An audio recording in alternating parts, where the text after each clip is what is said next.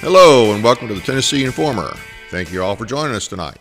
Our guest tonight is John Harris. John is one of the founders of the TFA, that's Tennessee Firearms Association, as well as the executive director. Their website is TennesseeFirearms.com. Great website, a lot of information. You don't have to be a member to look at the site, but it's worth your time to get on there and take a look at it. John, glad to have you with us tonight. I know between your law practice and all you do with the TFA, you were swamped, so I appreciate you taking the time to come on. Thank you very much for the invitation. I've enjoyed it in the past and looking forward to it tonight. Good. Well, let's get right to it. The Tennessee GOP supermajority talks a good game at election time, but they are really not pro-Second Amendment or pro-Section 26 of our Tennessee Declaration of Rights, are they? Oh, no, absolutely not. Now, to be clear, we do have a handful of legislators that are. They're predominantly in the Republican Party. Well, these days they're almost all in the Republican Party. But with 75 Republicans in the House, there's not enough of them to make a difference, and the same is true of the Senate. There's just not enough true conservatives to actually control the direction of the caucus in the General Assembly. Especially in the Senate. The Senate is terrible. As bad as the House is, the Senate is just. I don't think we could have one worse. I guess if the Dems controlled it, it would be worse. Well, when your Senate leader is more interested in hearts and flames on Instagram than the Second Amendment, what are you going to say? That's true. That's true. So much for leadership. So the opposition, and we followed this. I followed this enough to know, and I think anybody who's followed this in the state, they know that it's from the top down. I mean, it was true when Haslam was in. It's true now with Bill Lee and all of those, the Speaker of the House, the Lieutenant Governor. They're all opposed to real constitutional carry, for instance, are really. Most they've never supported anything the TFA has done, for the most part, as far as the leadership goes, right? So-called leadership. That's a great point, because TFA's been around for 3 decades now, and when you look at the governor and the leadership level in the House and the Senate, that's probably true. But prior to the era of the Republican supermajority, conservatives were able to go to the rural Democrats and the conservative Republicans, particularly when they were in the minority, and put together enough votes to pass good legislation. I mean, we passed a bunch of legislation from 1995 to 2010 using a combination of Democrat and Republican sponsors in both houses. I mean, years ago, we used Doug Jackson quite a bit, Democrat senator out of Dixon, Tennessee. We used Ben West a lot. We used Eddie Bass, who used to be the sheriff down in Giles County. We used a lot of them on both sides of the aisle. And as we got the Republican supermajority, as we saw about 13 years ago now with Deborah Maggard, they became more interested in preserving their Mount Olympus, the powerhouse from which they ruled, than they were concerned about following their oath, and in particular the portion of their oath which says they're going to defend and uphold the constitutions at the state and the federal level. And if I'm not mistaken, both Bill Haslam and Bill Lee, when they were running, I think both of them told the TFA that they would support constitutional carry. Is that accurate? Oh, that's absolutely correct. Now, Bill Haslam said it in a chapter meeting that we have on video. I mean, there's no doubt about it. He made the promise, and then what was really funny was his team of consultants tried to backtrack it. It almost looked like Joe Biden immediately after he said it, but he said it. We've got it on video, and it's on our YouTube channel. Lee sent us a letter as he refused to answer our candidate survey back when he ran for his first term. But he sent us a letter in which he proclaimed his loyalty to the Second Amendment and his concern about the rights of citizens, and that he was going to fully restore those rights, including things as controversial as campus carry for teachers and employees of schools, and enacting constitutional carry. And yet he came into office, actually both of them did, and they did more damage to the Second Amendment in Tennessee, frankly, than the Democrat predecessors that had been in the governor's office. Wow, that's saying something. But when we had a Democrat governor, probably our Republican members acted more like Republicans then. The stuff that they, not just on guns, but pick a topic, the things that they have allowed Haslam and Lee now for almost 6 years to get by with, they would have been up in arms if a Democrat was trying to push that. Oh, absolutely. I mean, take, for example, back in 2009 and 2010, when we had Phil Bredesen as governor, before Bill Haslam came on board, we were able to repeal the statute that banned carrying of handguns if you were a permit holder into restaurants that served for alcohol consumption.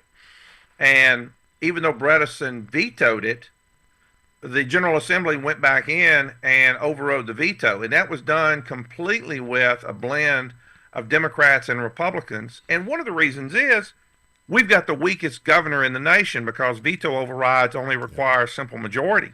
Yep.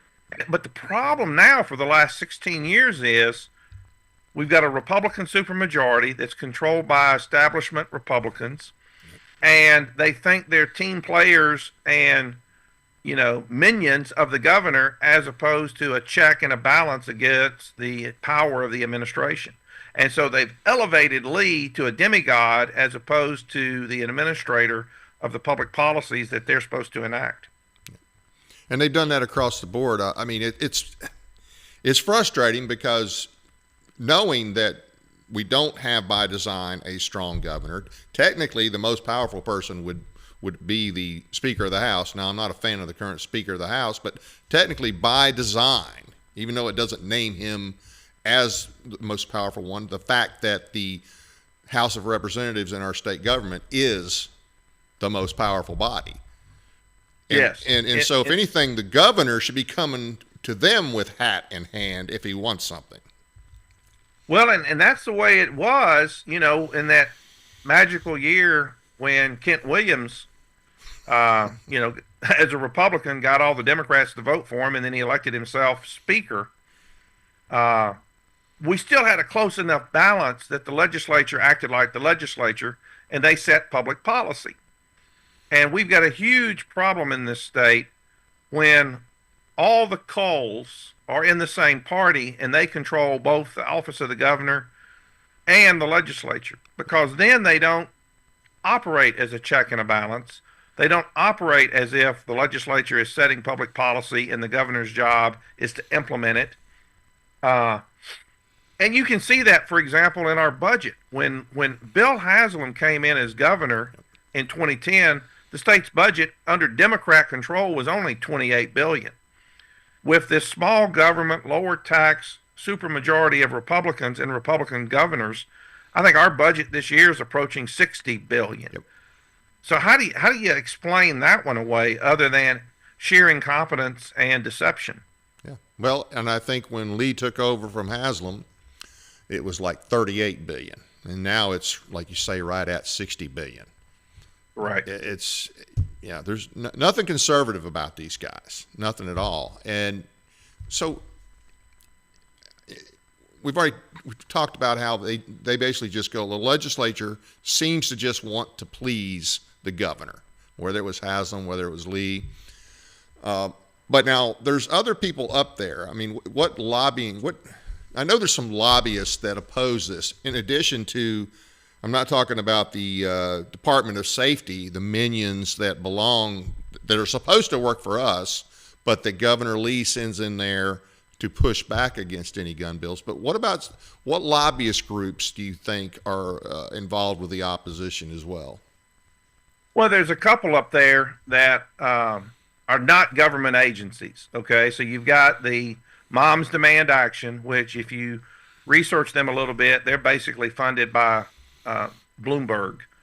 Uh, they really haven't accomplished a lot other than they're there on a regular basis and they wear a lot of red shirts with pearl necklaces, but they really haven't been that much of an impact on what has been done on Second Amendment issues. They didn't have to be because the legislature's done all the damage on its own. Then after Covenant, you've got the Covenant Moms or the Safer Tennessee groups, basically the same set of interested parties. Now they have grown quite a bit, and they play this game like a lot of gun control activists of we really are Second Amendment supporters, but we just need reasonable gun control. Well, the Second Amendment doesn't have "but" anywhere in it, and so when they go down that path, they're clearly deviating from the Bill of Rights mandate.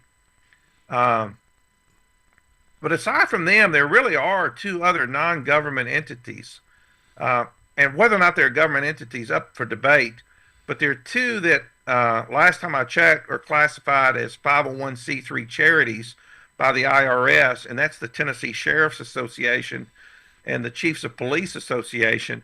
They are very powerful anti-gun advocates in the General Assembly, and you could probably say the same thing also about the District Attorney's Conference, but I'm not sure if the DA Conference is registered as a charity or if it's some quasi-governmental entity. But these are non-elected entities operating as gun control advocates that have the ear and a lot of credibility in the General Assembly. I thought some of those were, if they're 501c3s, I thought they couldn't lobby.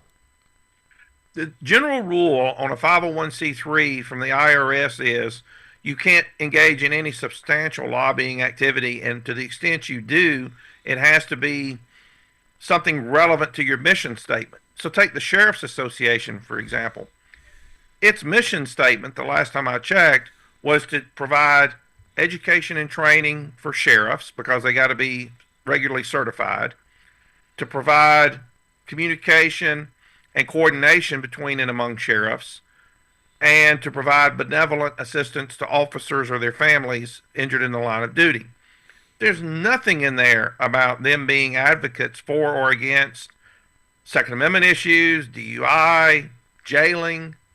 None of the stuff that they get involved in is within their mission statement. And the other problem is they're a quasi, you could almost say, criminal enterprise because they file their tax returns, what's called a federal 990, and they check the box on the 990 that says they don't have a lobbyist. But they're up there with paid lobbyists, and matter of fact, a lot of the sheriffs come up on taxpayer expense. They got their uniforms on, they probably drive their patrol cars, and they're walking around, and that's all they're doing is lobbying for their issues. So we got the law enforcers ignoring the law, and the lawmakers see it going on and don't say anything. Oh, well, there's a few that have. They've been challenged a couple of times, but then it's amazing which members of Republican leadership come to their defense, even in open committee hearings, rather than say, yeah, what is this? You're violating federal law by even being here. How can we tolerate this? They just pat them on the back like they're team players. Yeah. I wish, and I don't get to be up there as much as I like, but I wish more people could get up there and see what actually goes on. Number one, our side is almost always outnumbered. I mean, sometimes Richard's the only guy up there surrounded by all the red shirt moms, all the mad moms in the red shirt. I've seen a couple of pictures there, and he's the only one there. Yeah. But just how they, basically what you just described, how we have people that ignore it and we have the people that make the laws see it going on and don't say anything about it. I guarantee you if they could stop us from doing something like that, they would. Oh, absolutely. If they could shut the doors on the true and it doesn't matter what the issue is, whether it's Second Amendment, 10th Amendment, jury nullification, lower taxes, pick your topic. It was the same stuff back when Haslam wanted to raise the gas tax. Pick your topic. The conservatives, the grassroots groups, are pushed into the zone of irrelevance by those that control the establishment, the Chamber of Commerce, those that are funded by government. It's just overwhelming, particularly when you look at the fact that the leadership and the governors are more aligned with big business and Chamber of Commerce. I mean, look at our state giving Ford $1 billion for electrical vehicle manufacturing in West Tennessee. Like Ford really needed our money, or the Titans needing a handout from the state to build a new stadium. That kind of stuff is ridiculous. But you could probably bring a Doge type entity into Tennessee and wipe out half our budget just because of the kickbacks and the feedback that they probably contain as a result of this explosive growth in our budget to begin with. Yeah. Well, I'd say Tennessee definitely needs a Doge. Yeah. Definitely get my vote. Maybe we need a constitutional amendment for that. Yeah. So let's talk about some of the bills. Now, I've got a few bills on here, like 7 or 8 bills, and these are all from your website. And I encourage everybody to go. You can look at these more in depth, but also there's a bigger list. There's no way we can cover everything that's on the website, but these are some of the main bills that they're looking at. And so we got Senate Bill 441, House Bill 478, that reduces the strict liability in Tennessee's current posted properties law. Let's talk about that a little bit. And, what are the odds? What are the odds on any of these getting through? This bill is one where we're trying to take the posted property statute, which came on the books in 1989, and it's strict liability. If you're authorized to carry a firearm because you got a permit or the permitless carry system, and you walk into a property that's properly posted, it's strict liability. You automatically commit a Class B misdemeanor, which is a $500 fine, which is court cost, which is potentially attorney's fees if you decide to hire one, and there's mandatory weapons forfeiture, and it's strict liability. That's an anomaly, really, under Tennessee law, because in most instances, trespass, which is what this really is a concept that says you're not guilty of trespass until the person asks you to come into compliance, basically leave the property. Right. And you refuse to do so. It's the refusal to comply that constitutes the offense. It's not true with the posted property statute. So what we tried to do with this particular bill, and we've run this topic for years now, is to say you have to ask them to leave before they can be charged, and it's the refusal to leave that constitutes the offense. I've talked with the sponsor in the House and the Senate. They think they've got problems with the bill. As simple as that concept is, it's only a paragraph, because law enforcement wants to create it. They want to reword it, but reword it in a way that effectively kills the bill. They could still pass it, but they want to convert it to an affirmative defense, which means if you violate that restriction, you would still be subject to being stopped, detained, questioned, even charged or arrested, and you would have to demonstrate to a jury that your possession of the firearm was inadvertent. So intentional possession for self-defense won't get you there. And that you left the property as soon as you were given notice to do so. Well, if that's an affirmative defense, you've still got all the hassle of attorney's fees, potentially a plea bargain, of going through the criminal justice system, being fingerprinted and photographed, that if they would just pass what we've asked, all of that would be eliminated. And it would really get down to prosecuting the people who enter the property and refuse to be compliant once it's brought to their attention. Seems like a reasonable bill. I think very much so on the front end, and it's just a classic example of how simple common sense request to bring us closer to the Second Amendment gets oppressed and pushed back from these, not only the leadership in the General Assembly and Lee's administration, but from these law enforcement, advocacy groups that want to keep us in the genie's bottle as opposed to letting us exercise our rights under the Second Amendment. Okay, the next one is Senate Bill 474, House Bill 387. This is patient privacy. Yeah, that's a bill that this one is coming from Ed Butler in the House and Janice Bowling in the Senate.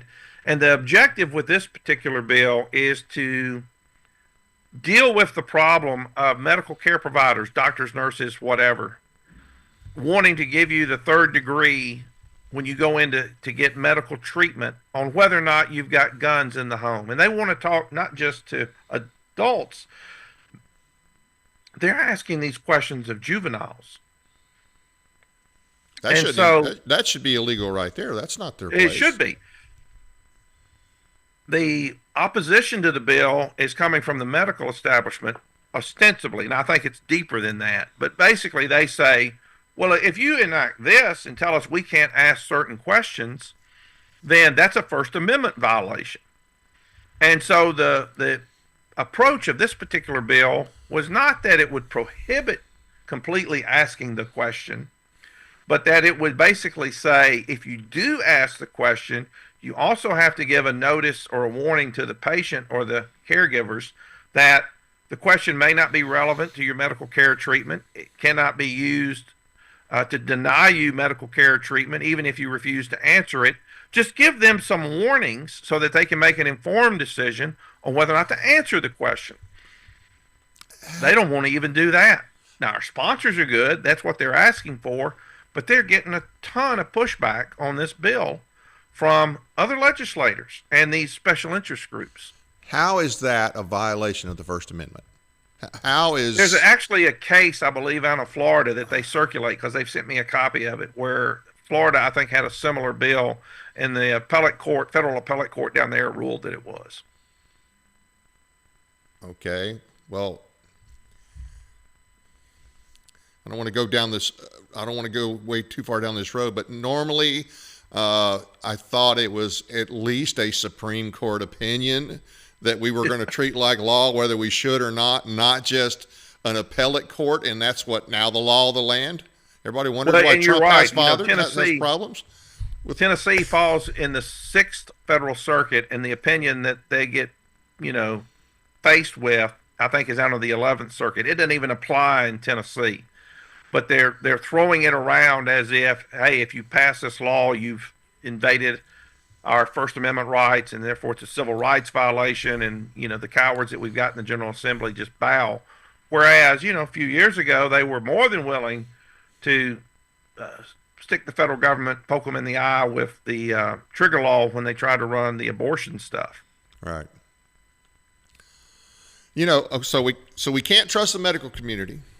We can't trust the professional law enforcement organizations that are lobbying. We can't trust our GOP legislators or most of them. We got a few good ones, I know that, but most of them, and we certainly can't trust our governors. This is ridiculous. Senate Bill 819, House Bill 554, Tennessee Firearms Freedom Act. Yeah, that one is Kip Capley, and I think that's the one that Clay Doggett has tried to run a few times for us. Kerry Roberts has it in the Senate, and it is a short bill that basically says that the Second Amendment protects a civil right, and if a government official violates your Second Amendment rights, they've engaged in a civil rights violation. I think we're already there under federal law. This would make it actionable also under the Tennessee Human Rights Act. Oh, okay. And I'm sure it's getting all kinds of pushback as well, right? Oh yeah, they killed it each of the years that Representative Doggett carried it, and they're pushing back on it again this year. And it's crazy because these are bills carried by Republicans. Two good Republicans have this bill, and leadership and the Lee administration are the ones pushing back on it. I want to go ahead and finish covering all these bills, and then I want to come back to this thing about leadership killing Republican bills and how they go about this with it's as if those people, the reps get up there and the senators get up there, and not all of them, because some of them will stand up, but most of them, it's like, okay, you're being told that if you don't be a team player, being on the governor's team, the so-called leadership's team, that they're going to, not only is that bill not going to get through, but they don't care what your constituents think. They're basically giving you and your constituents the finger. And I don't understand why more of the legislators up there don't react to that, other than just, bow their head and go along with it. They do. And it's unfortunate because I hear them say over and over again that they've been either threatened or intimidated, or subtle hints have been dropped that if they continue down the path, and it doesn't have to be Second Amendment, it could be anything, a vouchers, spectrum of conservative issues, that they won't get good office assignments, they won't get good committee assignments, they may lose committee chairmanship. Keep in mind, this year, for example, Senator Roberts, who used to be the Senate chair of state and local, was completely removed by Lieutenant Governor McNally, and he doesn't, even though he's got seniority, he is the chair of no Senate committees. What do we know what's behind that? Not real. I've got some ideas as to what might be behind it, but it's, Senator Roberts hadn't been forthcoming. I just think he doesn't want to discuss it. He just wants to take his lumps and move forward. But we saw it with Rick Womack years ago. You go over and over and over again. Yep. We call it woodshedding, but it's basically leadership telling these party members in their own party. I mean, we saw it with Bruce Griffey over and over and over again. Absolutely. That if they didn't play the team player, if they stepped out, if they pushed the issues their constituents wanted, if they didn't vote for what the governor wanted, if they didn't vote for what Sexton or McNally or William Lamberth or Jack Johnson wanted, that there would be repercussions, that their bills would die, they wouldn't get, the perks of being a legislator. I mean, in Griffey's case, they even took away his elevator pass, if you recall. Yeah. Oh, yeah, we remember. But now, I will say one good thing I think came out of that. Sexton caught a lot of hell over that. There was people across this state calling Sexton's office. And it wasn't too long. I mean, Griffey wasn't kept outside too long. Now, I think that was his last term anyway, if I'm not mistaken. It was. But, he didn't back down. And I think that's what more of them, just like Warner doesn't back down. I think if your constituents know, first off, you need to let your constituents know. If you're in this situation, explain to them what's going on. And, just ask the question, okay, do you want to be a yes man for the governor, a yes man for Sexton, a yes man for the perverted Lieutenant Governor McNally, or do you want me to represent you? Because here's what I'm being faced with. But if you don't say anything, if you just go along quiet and take your lumps, then okay, if you don't get anything done, they're going to think, well, this guy's a bum. He's not doing anything. We're going to vote him out. I think they should go to them every time. Every time they get threatened, I think they should do a press conference.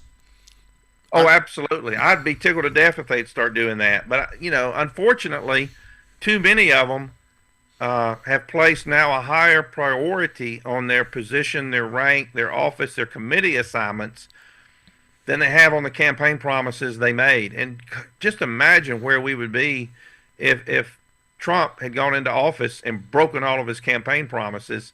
And just the opposite, he's going as fast as he can to fulfill as many of them. Yep, absolutely.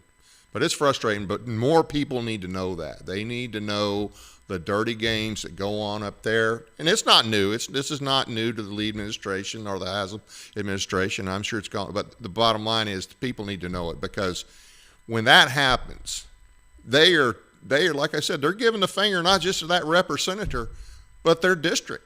They're saying, your district doesn't matter. This is what the governor wants. This is what McNally wants. This is what Sexton wants. You and your district don't mean anything. And that's how they should take it.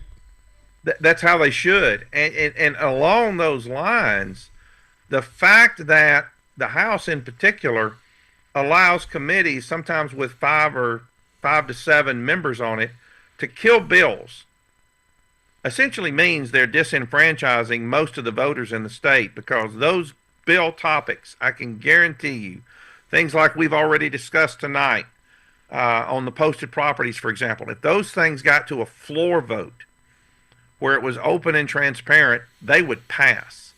Oh, yeah. And what they're doing is they're killing these bills in subcommittees on technicalities or failure to have a second or silliness like that, instead of letting these true constitutional subjects get a floor vote, because they know they can't defeat it on the floor. They know if these things were on the floor, they would pass, and they would pass not just with tight majorities, but with massive majorities. Because even the rhinos, even the establishment Republicans can't withstand voting records that are available during the next election cycle. Yep. Absolutely. Yeah, everything lives or dies in committee. And you know what gets me too, and you mentioned it, not getting a second. Sometimes you don't get a motion. Now, yes. And think about this, a Republican supermajority. Just out of professional courtesy, you would think any and every Republican could get a motion and a second. Might not pass every committee, but that tells you too when you know something is up. When they go in there and they can't get a motion or they can't get a second, that tells you right there leadership did not want this thing hurt. That's right. And they know how to communicate it, and they communicate it in those, the old legislature, most of the time, you could catch the legislators in the hallways.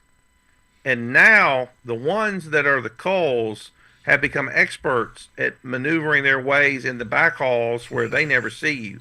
They got private elevators, they got private hallways. They can get around that building and never have to deal with their constituents. Yep.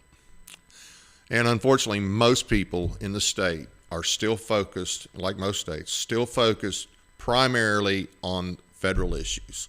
That's another thing that hurts us at the state level, is there's not enough people that pay attention at the state level. It's all federal, or way too much of federal, in my opinion.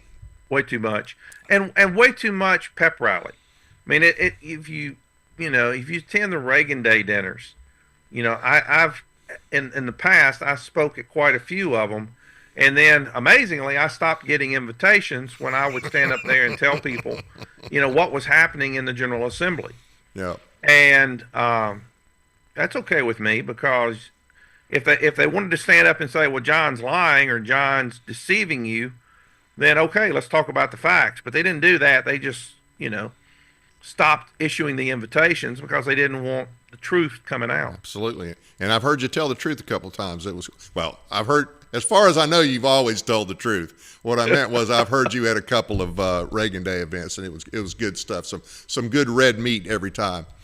So let's get back to the bills here a little bit. Senate Bill 824, House Bill 985, offense of possession of a weapon in a building. I think this is related to the earlier bill. Oh, no, okay, this is in a building. The other was just on property in general. Yeah, this is a bill where we're trying to get rid of some gun-free zone issues, and this may actually be similar but a different approach to what we talked about a little bit ago about the posted properties. Okay. And what buildings specifically are we talking? Just any building? Well, now a lot of it is, unless we specifically target, for example, the courthouse bill, then we're targeting just the ability basically to post any property. Okay. And that particular one, I'm pretty sure, gets back to this criminal trespass issue of, are they required to ask you to leave before they proceed? Okay. So one's property in general and the other's building. Okay, I got you. All right, Senate Bill 1227, House Bill 1189, enhanced and concealed firearm carry permits. Yeah, I'm not sure what the caption is there, unless that's a bill that's trying to... Oh, yeah, that's one with Rusty Grills. That's one that I think converts it into a weapons permit or a firearms permit as opposed to a handgun permit. Okay, yeah. Yeah, and we heard today that the Lee administration, through its mouthpiece, Elizabeth Stroker, who's the legislative liaison in the Department of Safety, that they oppose that idea on, quote, philosophical purposes. Now, that's somebody who we pay their salary. Absolutely. lobbying against our rights. We were in a meeting with a legislator who's got a bill that's got this issue in it. It's not that same bill. And in that meeting, I had the opportunity to ask Elizabeth Stroker this question right out of Bruen.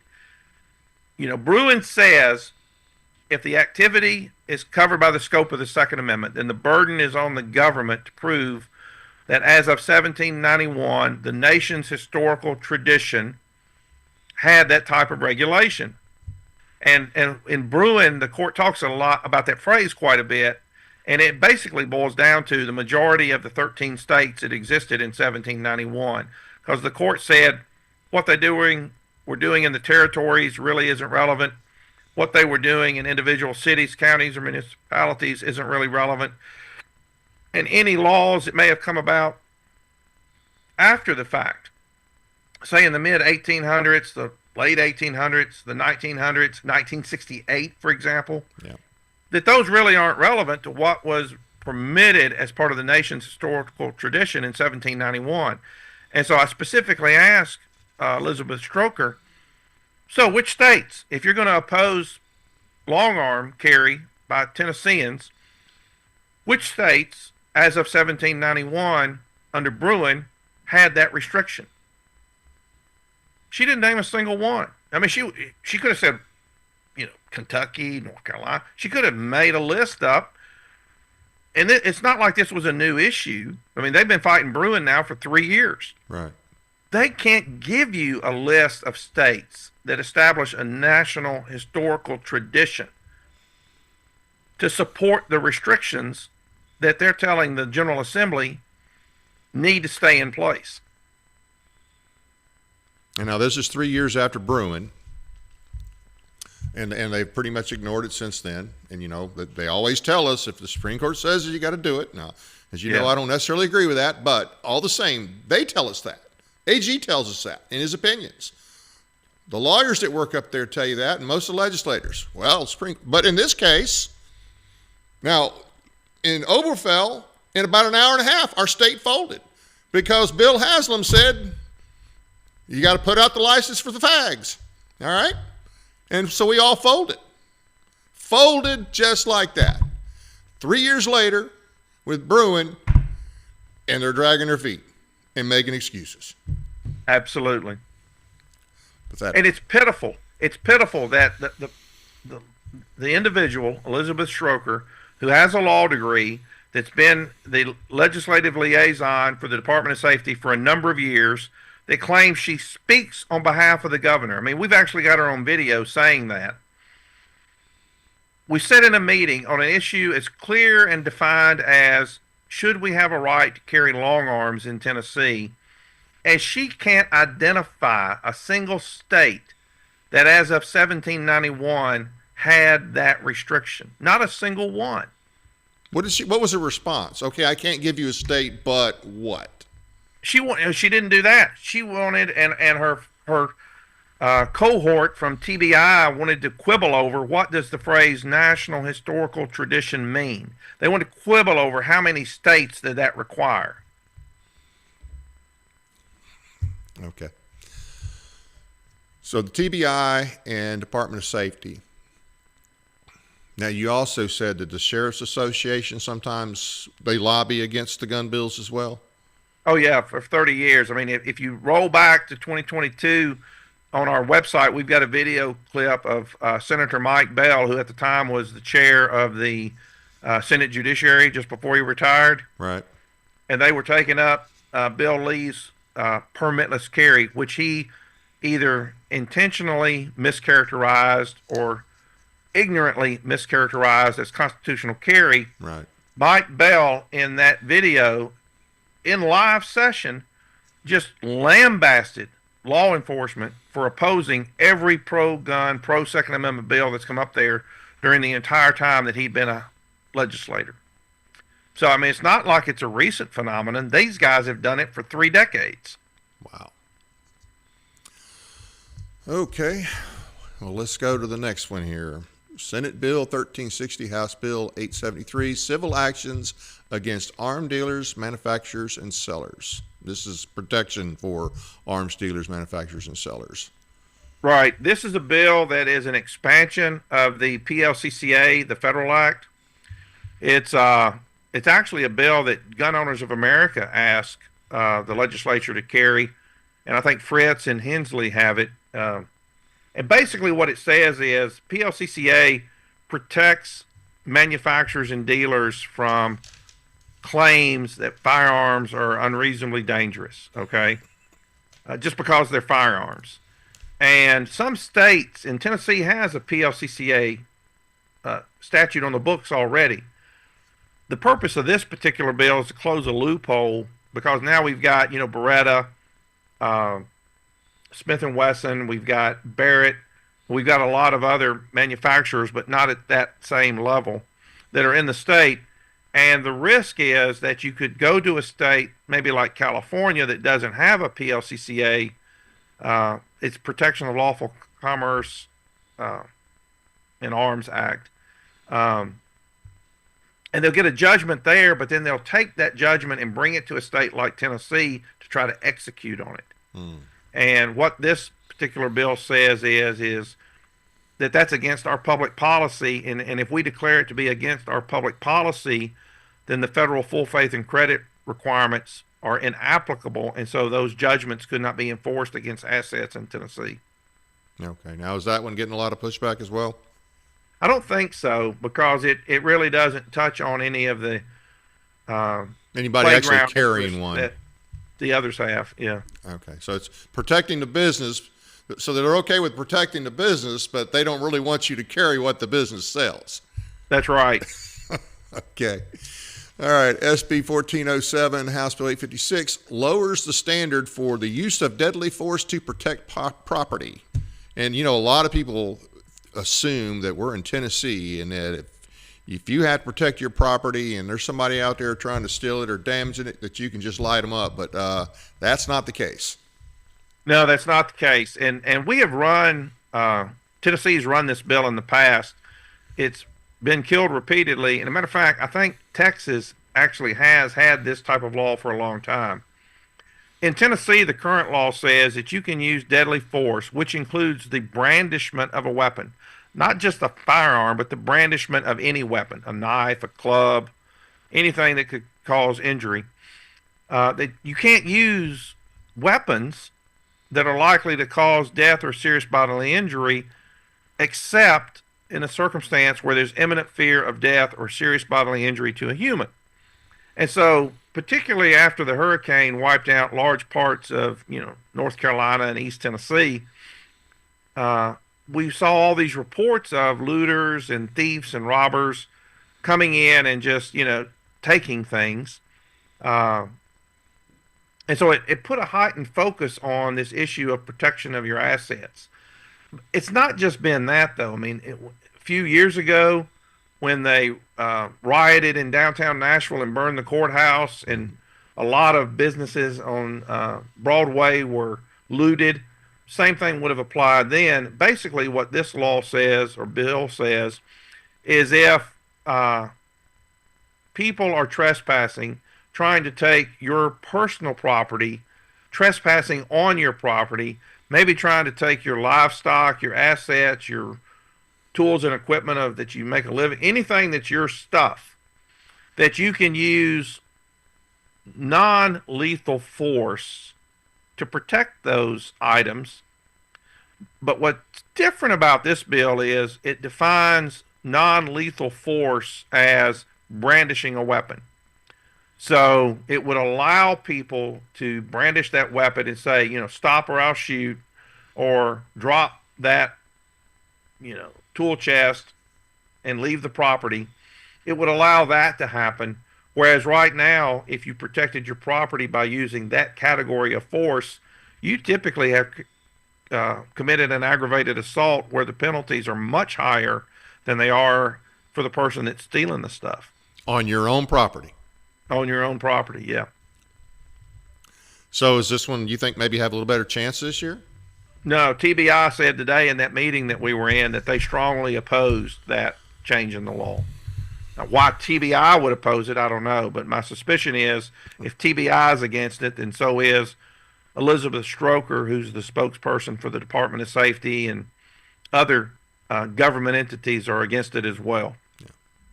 But this is Tennessee, right? And this is America, right?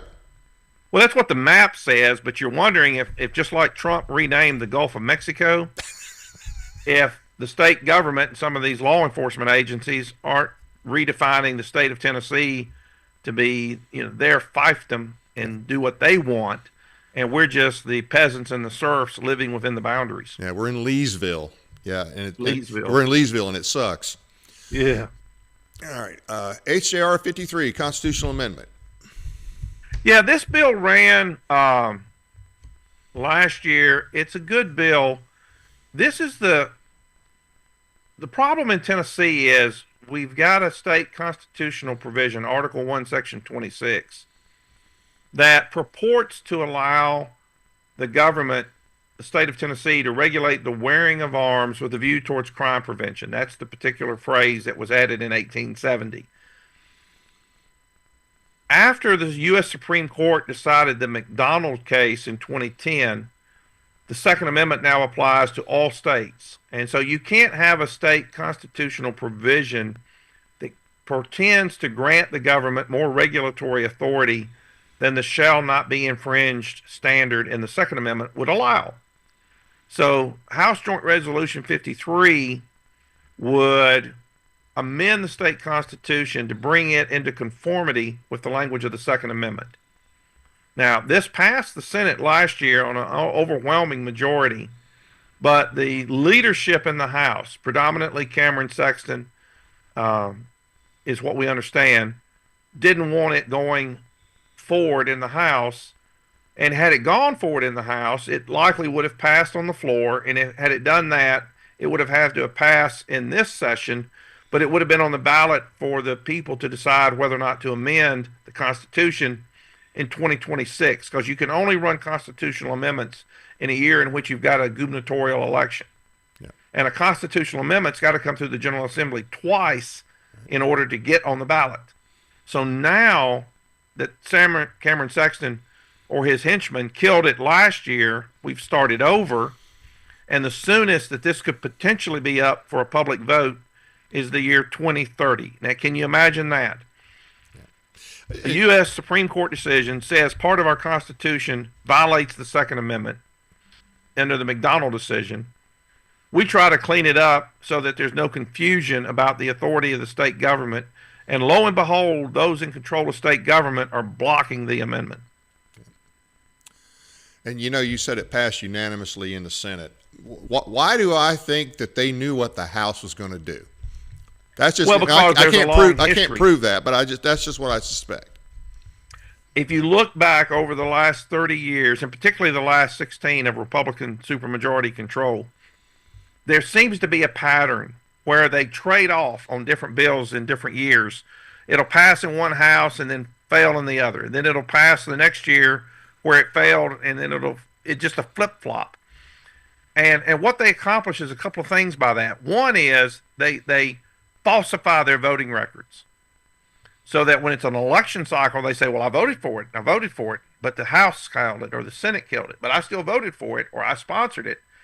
But I think they know, just like you said, that it's like they get together and they plan out, okay, this year you kill these bills and we'll kill those bills. And then they flip the cards and shuffle the deck again to make it difficult for us as citizens to keep track of what they're doing. But the net result is they kill almost everything. Everything good, anyway. Yeah. So for a complete list of bills, this was just some of the bills. If you're out there in the audience, if you're not familiar with Tennessee Firearms Association, you go to TennesseeFirearms.com. You can not only look over these bills in more detail, but there's a list of a lot of other bills that the TFA is either sponsoring, opposing, or in some cases just watching. Yeah, and it's on our website as well. Now, March 26th, that's this Wednesday, is going to be TFA Day on the Hill. Go to TennesseeFirearms.com, and there's a sign-up link there. And this is going to be this is once a year we have TFA, and I think every year we do it, John, don't we? We partner with Gun Owners of America. We do. The first year or two that we did it, we did not have that partnership. But for the last, I don't know, 4 or 5 years, we've partnered with Gun Owners of America. Oddly enough, we've never partnered with the NRA on this stuff. Well, sometimes, they're just not reliable allies. So, sometimes you can't partner with them. Well, that or they're the National Republican Assembly. Yeah. Now, the 26th, it's interesting it ended up on the 26th because earlier in the session, I think on the House side, and this is actually, you can read this on the website, was it Lowell Russell that shifted all of the gun bills to the 26th? Yeah, I don't think he was aware that was our lobby day. I think he was just pushing stuff to what is or may be the last docket in that subcommittee. Right. And Lowell Russell has a history of chairing the Civil Practices Subcommittee of the House Judiciary. But there's also this amazing coincidence that a lot of the bills that we're interested in that come through that committee die in that committee. For years. For years. Yeah. And we have a John Rich event. You want to talk about that a little bit? And the link is on the site. Yeah, here's, as we've talked a little bit, you might notice the pattern of failure in the General Assembly to do what Bruen calls for that we've been discussing. And so in the last 5 years, in particular, TFA and then its new sister entity, Tennessee Firearms Foundation, which is a charity, have taken up engaging in litigation at the local, state, and federal level to try to get court orders on a variety of issues that deal with Second Amendment topics. A lot of our litigation has been against the ATF, but we've got lawsuits pending against Bill Lee, Jonathan Scometti, and the city of Memphis right now. And the John Rich event is for the charity fundraiser to help us raise money to continue to pursue the litigation effort. And if you look on the website, you'll see that, in fact, most of the litigation effort that we've had over the last 5 years has actually been filing amicus briefs in the U.S. Supreme Court, and we do almost all of that in conjunction with GOA. Okay. But it'll be a Thursday night fundraiser. John Rich and his band are going to perform. It's at his home. It's very limited ticket availability, and we're about 60% sold out already on that. Wow.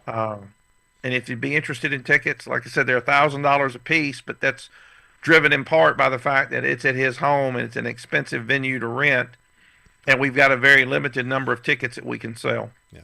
And if you're interested, you can email John Harris at TennesseeFirearms.com or Christy Frizzell at TennesseeFirearms.com regarding tickets, and that's also on the website.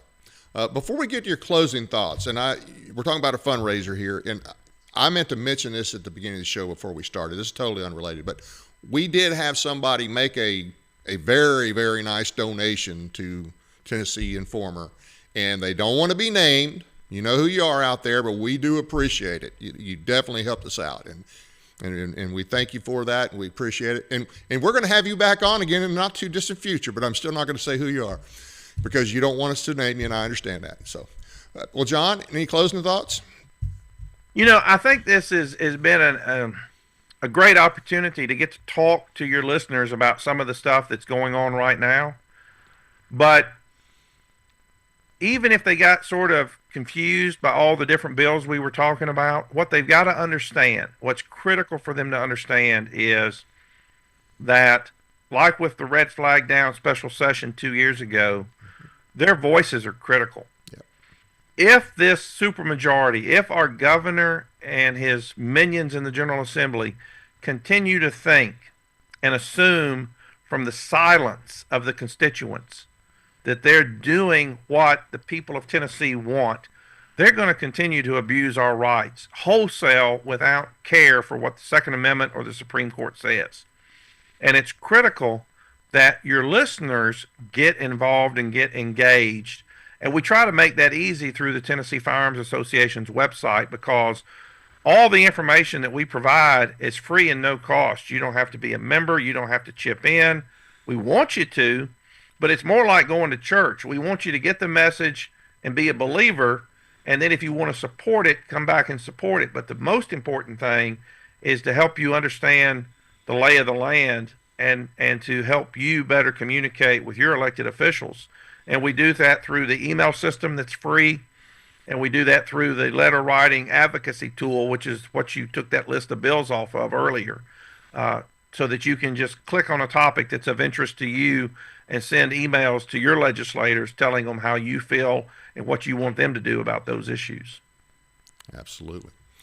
Well, and I will do want to reiterate, that is a great website, guys. If you haven't been on it, definitely go on it. You get all the information you need, and you also have a link for podcasts on there.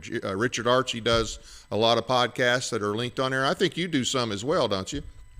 I've done some. We've sort of been transitioning from podcasts to YouTube shorts and reels and video topics. So we're sort of weighing out how to be most effective with the time we have, because what your listeners also probably may need to know is that, and I know you know it, is that Richard Archie and myself and our chapter leaders, and you're one of those, we're all volunteers. So, I spend roughly 20 hours a week or more donating time to TFA. Richard spends that much, if not more, doing the same thing, and we're all grassroots. It's not like TFA is raising money to pay us LaPierre style salaries.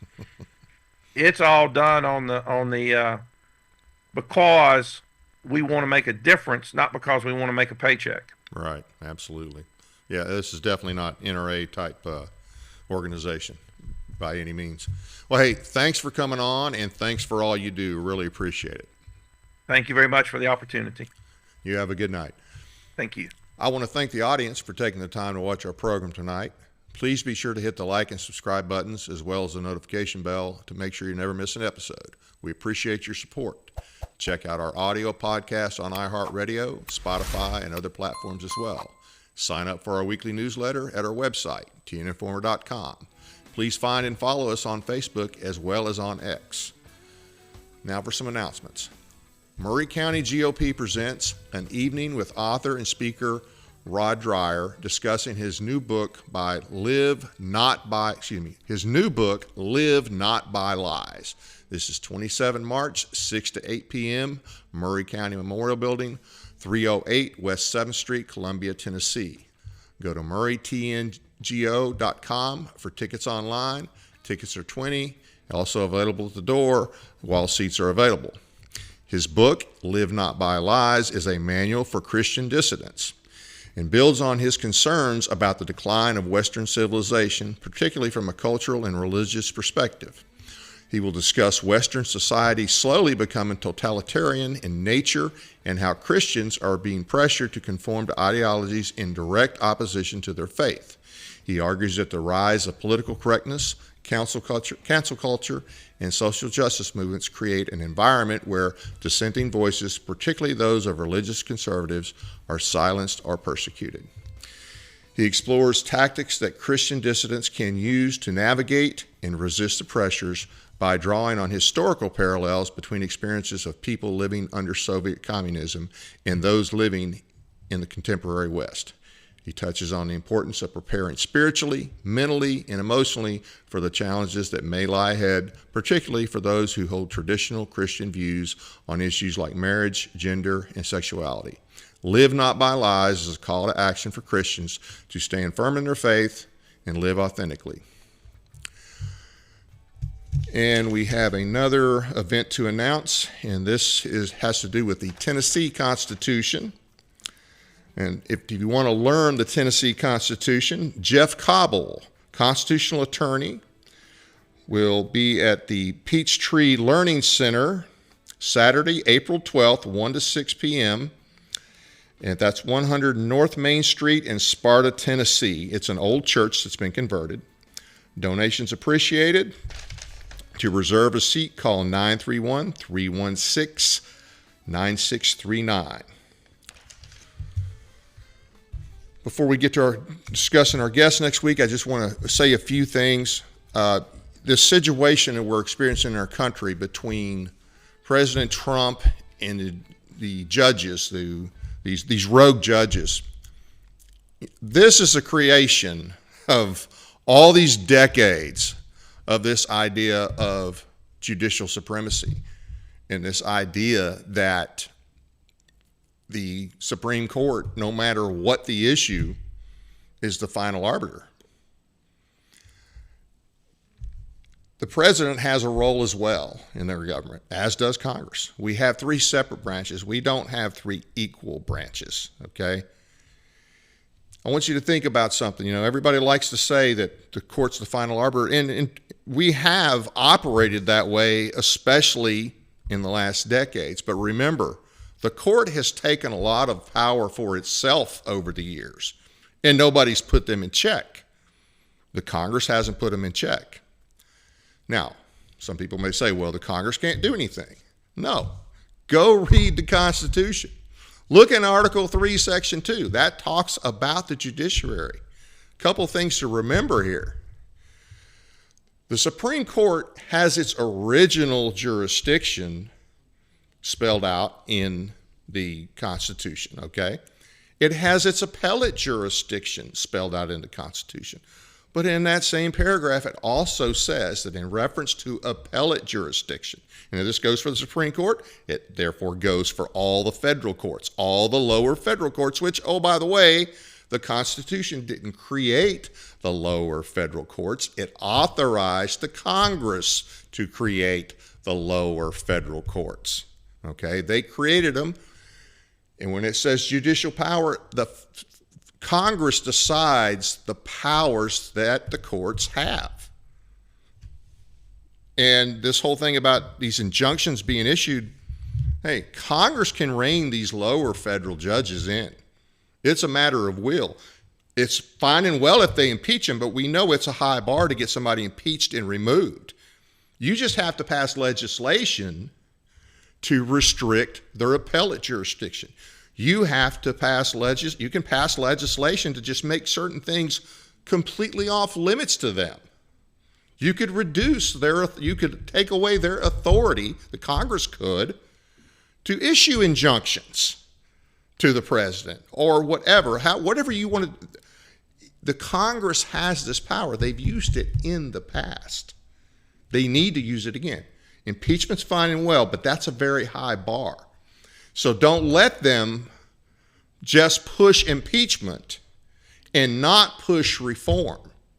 They have the authority. They have the responsibility. They've done it in the past. They've done it as recently as the early 2000s. They restricted the Supreme Court as well as the other lower federal courts on their appellate jurisdiction. They can't limit their original jurisdiction, but they can totally limit their appellate jurisdiction. They can get rid of whole districts if they want. If they want to dissolve a federal district, they could. If they wanted to say, hey, you know what? You guys are not going to meet again for ever how long, they could. Doubt me? Go look up and read about our early history. Look at what the Jefferson administration did when they took over from the Adams administration. And this was right after, in the time frame of the Marbury versus Madison case. Another thing, and I didn't know this, I actually heard this on the radio on the way here. And I knew that we had, over the years, I think there's been like 15 federal judges, to include Supreme Court justices, that have been impeached. 8 have actually been removed.